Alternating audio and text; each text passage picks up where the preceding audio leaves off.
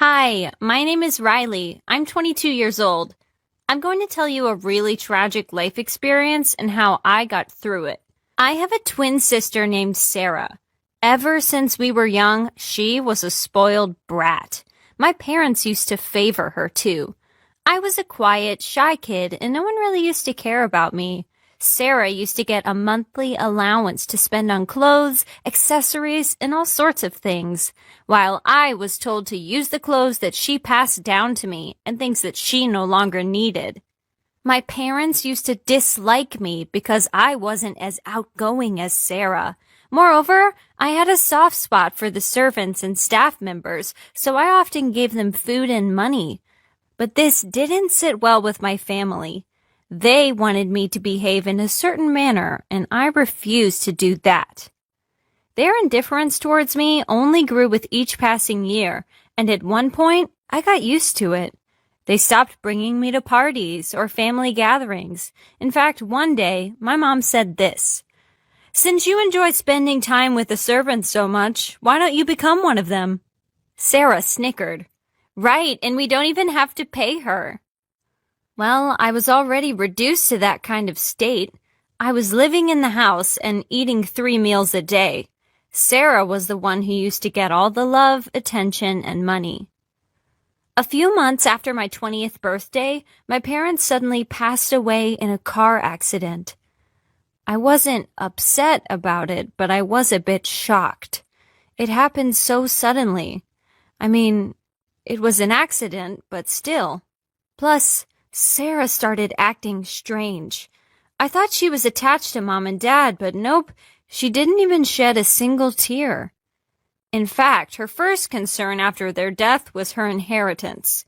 "Oh, would you look at that?" she laughed. "They hated you so much they didn't even leave a single penny in your name." I was kind of expecting that. They didn't care about me when they were alive, so why would they want to leave me anything? "Good for you," I told Sarah. "You got what you wanted." She glared at me. "What do you mean? Do you think you can just keep living your life like before? Well, newsflash, I am not going to let you live here for free, and I will not pay for your college tuition anymore." My eyes widened. You can't do that. I'll get out of here once I get a job. Why are you making things difficult for me?" She shrugged. "Because I want to." "You want a job, right? I'll hire you." "Huh?" I gave her a confused look. She smirked. "I will hire you as my maid." Ugh, what the hell? "I would rather leave this house and sustain myself on part-time jobs," I said. "Really?" She started laughing again. "Have you forgotten that I have so many connections? I won't let anyone hire you, no matter what kind of a job it is. And as far as I know, you can't afford to leave this town. So, Riley, your best bet is becoming my maid." I didn't even have enough money to book a flight, but staying in this town meant that Sarah would constantly interfere in my life. And right now it looked like she was hell-bent on making me her maid. I had no other choice. I had to wait and plan something. And that's how I ended up becoming her personal maid. She would treat me like a slave the whole day and even at night. I was expected to sit beside her bed and wait on her. If I wasn't present for some reason, she would punish me the next day. I was helpless. I didn't have anyone in this world, and my parents hadn't left me anything. I had to do as Sarah pleased. Otherwise, I would be on the street within seconds. She didn't used to pay me for my work.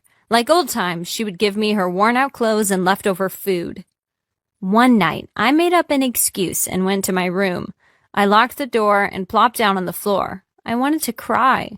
This was worse than how my parents would treat me. What did I even do to deserve this? I was thinking about these things when I suddenly heard a voice in my head. You all must have heard about twin telepathy. Sometimes twins could communicate through telepathy. I had experienced this with Sarah when we were kids, but as our relationship became worse and we grew distant, the telepathy rarely used to occur. But that night, I could somehow hear Sarah's thoughts. She was thinking about the accident of our parents, and she kept obsessing over the car's brakes. Weirdly enough, it felt like she was satisfied about something. Soon, though, her thoughts faded away, and I was left with a lot of confusion. What was happening? Why was Sarah so concerned about car brakes? Did she have something to do with it? No, how was it possible? She couldn't go through with that. I forgot about it the next day. Making me a maid was not enough for Sarah, so she decided to humiliate me publicly. She called her boyfriend Ben to live with us so that he could witness how pathetic I was. She started bringing me everywhere she went, from parties to trips and everywhere else. I used to be at her beck and call, and she even introduced me as her maid to everyone. Once at a party, she ordered me to bring her a drink. I was about to give it to her when she suddenly blocked my way, causing me to trip. The drink spilled all over Ben's clothes. "What the hell?" Sarah shrieked. "Just how clumsy are you? Apologize." I'm sorry, Ben, I quickly said, hoping he wouldn't yell. "It's okay," Ben smiled. "These things happen. And Sarah, aren't you being a bit too harsh? Give her a break." "Ben, don't be swayed by her innocent face," Sarah scoffed. "She does these things on purpose." Then she turned toward me. "Go and help him change his clothes."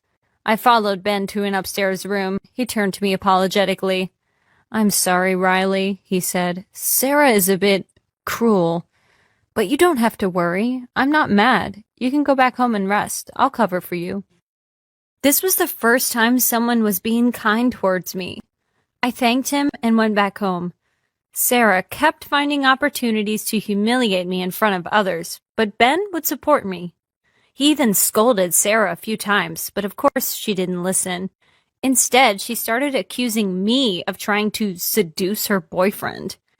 I will admit it, I liked Ben, but I had no intention of seducing him. He was in a relationship with Sarah, and I didn't want to complicate things.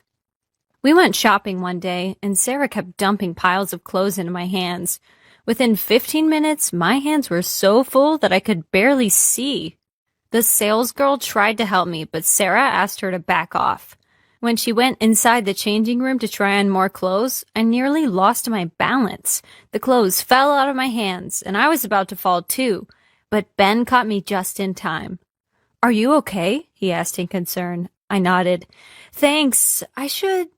Why are you doing this?" He cut me off. "Sorry? Why are you listening to Sarah?" "I hate seeing you like this," he said. I stared at him. "You shouldn't say such things. She's your girlfriend, and she won't like it if you feel pity for me." "I don't care," he said firmly. "I was wrong. I don't want a girlfriend like her." "Well, what do you mean?" I asked in shock. Instead of replying, he leaned down and kissed me. And well, I kissed him back. As I said, I liked him, and I couldn't hold myself back when he was saying such nice things. But soon I realized what I was doing, and I pulled away. "Oh God, we can't do this," I exclaimed. "What if Sarah sees us?"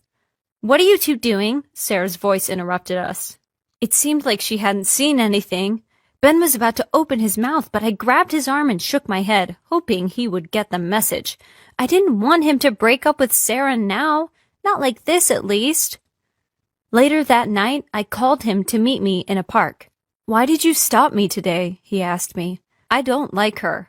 I want to be with you." "I feel the same," I confessed.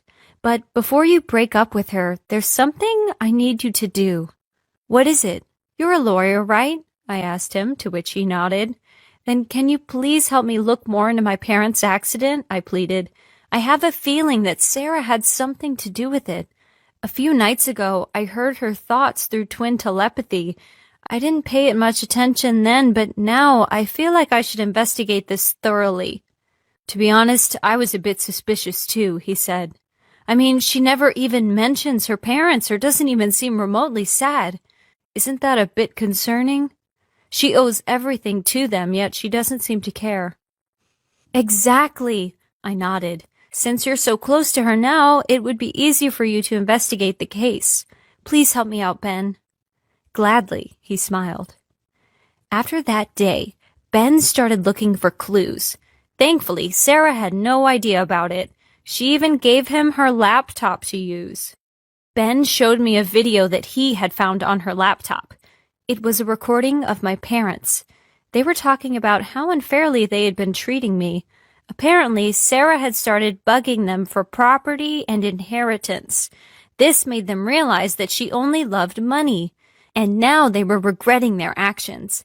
They wanted to pass down the inheritance to me in order to make up for everything. This was enough proof to make me believe that Sarah had caused the car accident.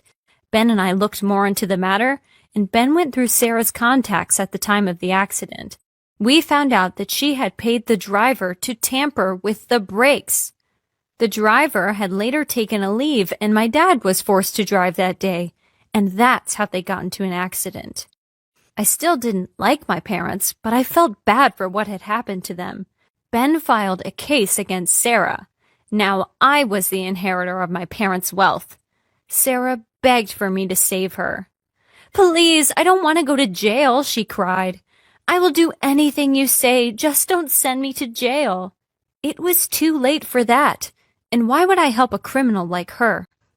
On the last day of her hearing, I wore a dress that she'd recently bought but never worn. Her eyes widened when she saw me wearing it. While she was getting arrested, I wrapped my arms around Ben and kissed him. She should have known. What goes around comes around.